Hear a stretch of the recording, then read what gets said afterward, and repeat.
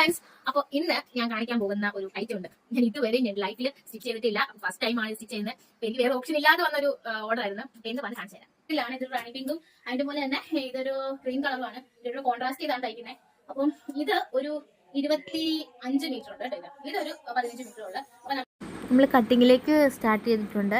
അപ്പം ഞാൻ ഓൾറെഡി ഒരു പാറ്റേൺ ഇതിൻ്റെ വെട്ടി വെച്ചിട്ടുണ്ടായിരുന്നു.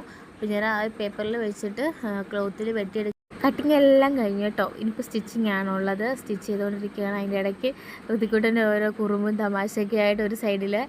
അപ്പം നമ്മൾ ഓൾമോസ്റ്റ് ഇതിൻ്റെ സ്റ്റിച്ചിങ് എല്ലാം കഴിയാറായിട്ടോ. ഇതിൽ ലാസ്റ്റ് ഫൈനൽ ടച്ചാണ്.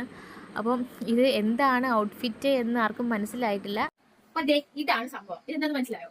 ഇതാണ് നമ്മുടെ ചെയർ ഇടുന്ന കവറാണ്. നമ്മൾ ഈ ഫംഗ്ഷൻസിന്, വെഡിങ് ഫംഗ്ഷന്, അല്ലെങ്കിൽ റിസപ്ഷന്, അതിനൊക്കെ നമ്മൾ ഈ ഈവന്റിലൊക്കെ ചെയ്യുന്ന ഈ ചെയറിന് ഇടുന്ന കവറാണ്. അപ്പോൾ ഇത് ഞാൻ ജസ്റ്റ് ഇവിടുത്തെ ചെയറിൽ ഇട്ട് കാണിച്ചു തരാം. ആക്ച്വലി ഇതൊരു കർവ് വരുന്ന ചെയറാണ്. നമ്മുടെ ഇവിടുത്തെ ഒരു സ്ക്വയർ ആണ്. അപ്പം അത്രയും ഫിറ്റിംഗ് കറക്റ്റ് ആവുമെന്ന് അറിയത്തില്ല, എങ്കിലും കാണിച്ചു തരാം. അപ്പോൾ ഇതാണ് കേട്ടോ ഫൈനൽ ഔട്ട്ഫിറ്റ്. ഇപ്പോൾ ഞാൻ ചെയറിലിട്ട് കാണിച്ചു തന്നെയാണ്. അപ്പോൾ ഇത് സ്ക്വയർ ആണ് ഇവിടുത്തെ ചെയർ. ഞാൻ പറഞ്ഞുകൊണ്ട് തന്നെ അത്രയും ഫിറ്റിംഗ് ഇതിൽ കറക്റ്റ് അല്ല, എങ്കിലും ഇതിൻ്റെ ഒരു ഓവറോൾ ഔട്ട്പുട്ടാണ് ഞാൻ കാണിച്ചേക്കുന്നത്. അപ്പം എല്ലാവർക്കും ഇഷ്ടമായെന്ന് വിചാരിക്കുന്നു. താങ്ക്